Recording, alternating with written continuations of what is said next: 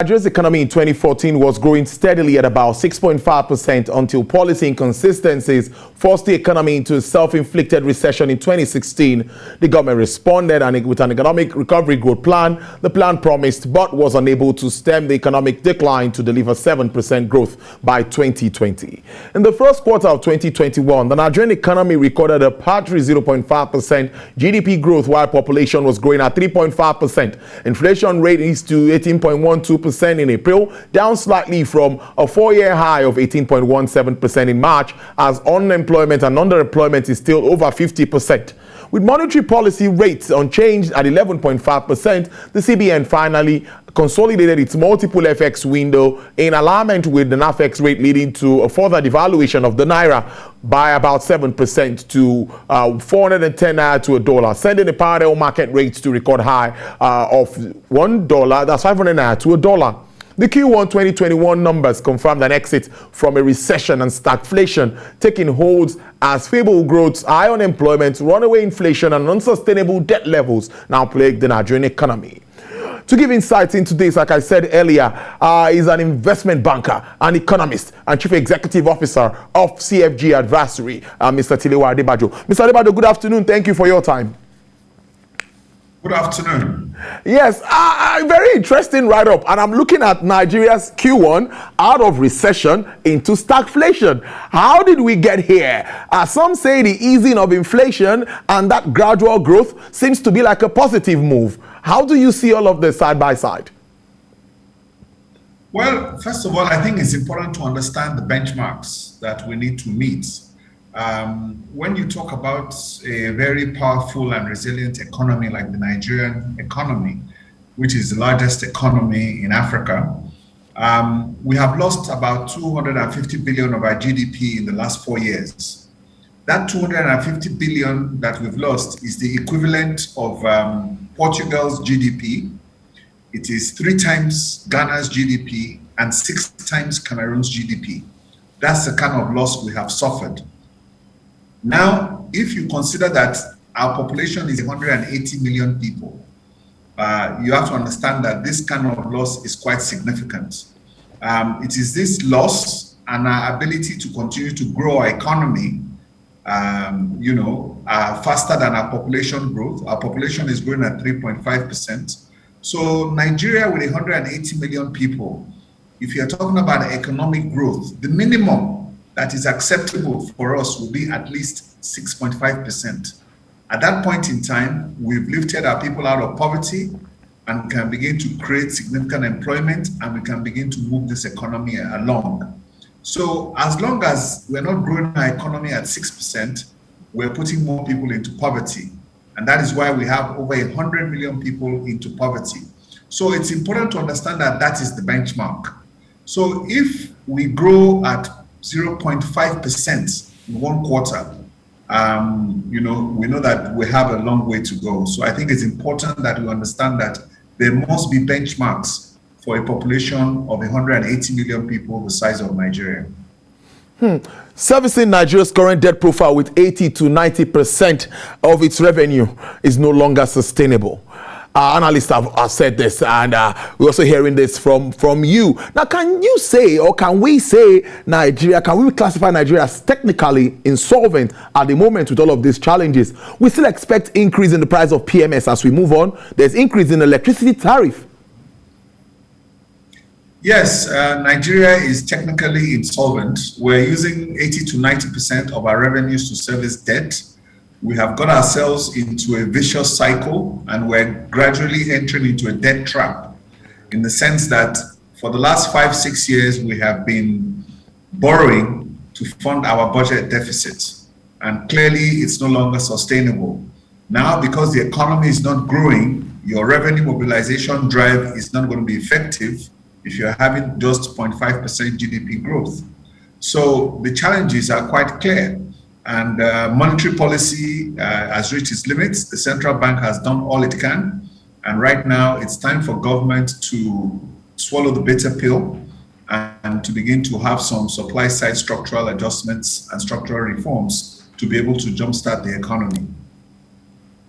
When we talk structural adjustment and structural reforms, I'd like you to go into more details, Mr. Adebajo. Why I try to add that we've seen efforts by the CBN supporting the pharmaceutical sector, the textile industry, trying to build agricultural space in its entirety, and also more recently now we see other sectors, creative industry and all of that. And on the fiscal side, we see the economic sustainability plan and other documents by government trying to work maybe on the MSME funding and all of this.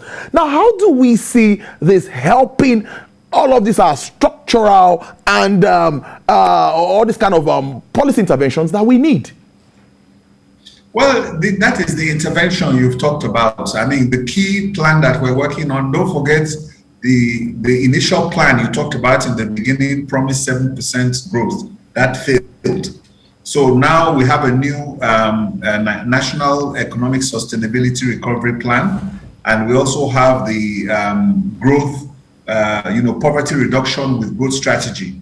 These two plans now need to be harmonized for us to be able to see some significant growth. That's the program the government is selling to us now. These are very laudable projects, but those two programs need to be harmonized, and we need the political will to implement. What do I mean when I say structural reforms? First of all, the Oronsoye report needs to be reviewed, updated, and implemented. Government has to stop spending. There is $25 billion, or the equivalent of 10 trillion naira, which the central bank has financed by ways and means. Now, we need to get this off the books of central bank and refinance it, and the debt management office has to take over this debt. Because what has happened is that instead of paying back these debts in the year it was taken, the government has rolled it over, and normally the government is only supposed to take not more than 5% of the previous year's revenue for ways and means. At a point in time in 2020, it went up to close to 80% of government revenues, and that's not. So we need to get rid of all these things. Then we need to start by removing the subsidies to be able to remove and free the economy. By removing subsidies, government will have more revenues. As you know, the NNPC has said they can no longer pay money into the Federation account on a sustainable basis for the next 3 to 4 months. That is a challenge. So with that challenge in place, you find yourself in a situation whereby, no revenue. So we need to remove the fuel subsidy. It's about time. The concessioning of the airports that has just recently announced, that's a step in the right direction. Standardization, and get to the private sector. Now, EPA, NITEL, Nigeria Airways, and all these parastatals that have been very inefficient will be broken down. So, to unbundle the transmission of Nigeria, we need to unbundle it and get it out into private sector, because private sector can run this and government stops necessary assets. So these are these supply side structural reforms that we're recommending, that we think that government should implement as soon as possible. Mr. Adeba, if you can also hear me, okay, yeah, I think we have it fully back now. Good network. We can see you better. Now, when all of these arguments pop up and discussions like this are on, many still say the fundamentals of the Nigerian economy remain strong. So with all of these issues that we've identified, policy formulation, fiscal indiscipline, lack of leadership in some cases, poor coordination and monetary issues, where do we still find these strong fundamentals? Tell us about these strong fundamentals, please. Like I said earlier, the Nigerian economy is the strongest in Africa, and of course it's very resilient. But unfortunately, the security situation is testing, or has tested, the resilience of this economic system. But the key challenge we have in Nigeria today is that we don't have any economic leadership.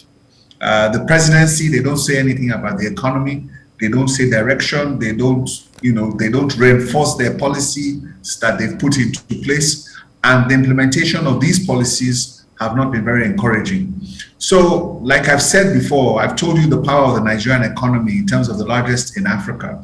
But if you do not have the right policies to drive this economy, we have a population of 180 million people. What that means is that if that economy has aggregate demand, which is purchasing power, then it becomes a very powerful economy of 180 million people that have spending and purchasing power. So it becomes attractive. But if your 180 million people are below the poverty line, then your population begins to become a liability instead of an asset. So these are the advantages, or what I'll say, the key and the unique selling points of the Nigerian economy. If we do not optimize it, or if we do not realize this potential and the power of this economy, then we're going to run into trouble. Growing at about 3%, 3.5% at the moment, and the economy is growing at less than 1%. That is really worrisome. Now, our budget 2021 was also focused on repositioning the Nigerian economy for three pillars. That's recovery, growth, and resilience. Exactly. With all of these challenges too, Mr. Adebayo, do you see us actualizing all of this? Revenue is even one of the biggest part of it. We see a state and the federation now saying they're going back to 18,000 minimum wage. That's worrisome. Well, if you understand it, the subnationals also are suffering, and a lot of people really do not talk about the subnationals. The problem right now is the total debt for Nigeria, including states, currently is now about $115 billion. Okay, so our debt profile has exceeded US dollars 100 billion. Now, it's clearly not sustainable, and something has to be done. We need to stop borrowing. The states have borrowed significantly, and most of them can no longer pay back. Most of the states can barely pay their salaries, not to talk about making investments in critical infrastructure and capital projects. So it is important that we need structural reforms, not only at the national level, but also at the state levels too, because this is where a lot of intervention should take place. So I think it's important that there's a lot of harmonization. The problem I had was that when most of these states were being given these loans, none of them had fiscal responsibility structures in place. Even the federal government of Nigeria, that has a fiscal responsibility act, is struggling with that, with the tenets of those acts now. In some areas, in terms of what they should be borrowing, they've exceeded the tenets of that. And in reality, the federal government, even as admitted by the president in his budget speech, is that, we're violating the Fiscal Responsibility Act. So a lot of amendments need to be done to get this back in line. So fiscal discipline, fiscal responsibility, cut your coat according to your size, and swallow the bitter pill. That is the name of the game now. That is really the name of the game now. And to talk of economic leadership is also something that rings the bell when we talk about some decisive and some very, very, some kind of moves need to be made, particularly at this time by this administration. You've talked about talking about assets and all of that. What more can be looked at? I'm looking at revenue generation now when we cut necessary spending, even on the state angle and also for the federal government angle. But what more for revenue? The price of crude, as at this morning, was almost $70 per barrel. That's far above our projection for the budget this year. Yes, it's good, and let's hope that at the end of the year, there's a surplus that, will be generated that can help the budget and can help towards our recovery. What is happening is that you find yourself in a situation whereby, yes, you're talking about $70 a barrel, that is recovery. But don't forget, you have been financing deficits. So you have a deficit, a backlog that you have borrowed. So even when this revenue begins to come in, now you're reducing, when you're spending 80 to 90% of your revenues for debt service, even if oil is at $70 a barrel, maybe instead of 80 or 90%, that number reduces to 60%. So you still have a problem because you've put on debt that is not sustainable. So that therein lies the challenge. So it just reduces that number maybe from 90 to maybe 70 or 60, but we still have a disproportionate amount of our revenues going towards debt service. That is where the problem is. So wrapping up this discussion now, this administration has just like, if not more, less than 2 years to go. Very soon, politicking will start and all of that. Mr. Any quick wins in straight terms? Any quick wins at this time? Well, for me, to advise this government, yes, what they should focus on now is on their legacy projects. If they can complete the Lagos-Ibadan rail line, make sure that it's properly completed. The second Niger bridge, very important. Let them complete that. Let them privatize or concession the airports. Let them privatize or concession the transmission company of Nigeria. Get that done. They should stop that refinery project they want to do in Port Harcourt. The $1.5 billion can be put into better use. Maybe invest it in healthcare to upgrade hospitals and put in world-class hospitals in each geopolitical zone, or upgrade the existing ones. The Abuja to Kano road, I think they should complete that very quickly. And then you can see that across the country, they have done a lot of massive rehabilitation of existing roads, Lagos-Ibadan Expressway, Benin-Shagamu, all across the country, Port Harcourt to Enugu to Abuja, and all the other roads, key roads in the north. So I think they should just focus on delivering these projects over the next 2 years, so that at least they can leave some sort of infrastructure legacy. And, at least before they end, also, they should also remove the subsidy. So that, I think, is the key thing that they can focus on right now, to be able to leave some sort of worthwhile legacy that at least we can look back on, that at least they made an impact in 8 years of governance. Thank you very much. It's always interesting talking to you. Economist, Chief Executive Officer, CFG Advisory Limited, Mr. Tilewade Bado. Thank you very much for your time.